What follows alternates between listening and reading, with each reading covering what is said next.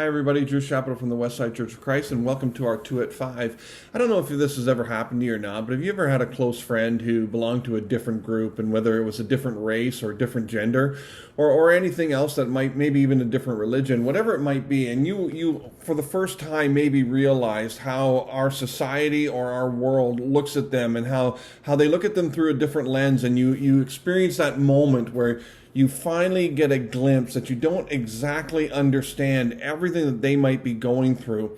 And one of the things that we're, of course, starting to understand more of us as a society is when those of us who live in a privileged position oftentimes are unaware that we live in a privileged position just because this is the way the world works with us. And most of the people we know are like us. And so we don't really see those differences. One of the things that we learn from the Apostle Paul is that when we become friends or we become involved with people who aren't like us, all of a sudden we have a far more reaching influence. And so the Apostle Paul said in 1 Corinthians chapter 9, beginning in verse 19, he said, "For though I am free from all, I have made myself a servant to all, that I might win more of them. To the Jews I became as a Jew in order to win Jews. To those under the law I became as one under the law, though not being myself under the law, that I might win those under the law.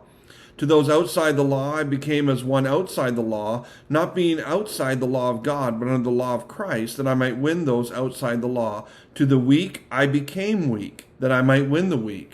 I have become all things to all people, that by all means I might save some." And one of the challenges that I would like to put forth to myself and to any who might be listening is, who in your group is not like you? And what are we doing to try to become like them so they might truly experience for themselves the love that God has for them?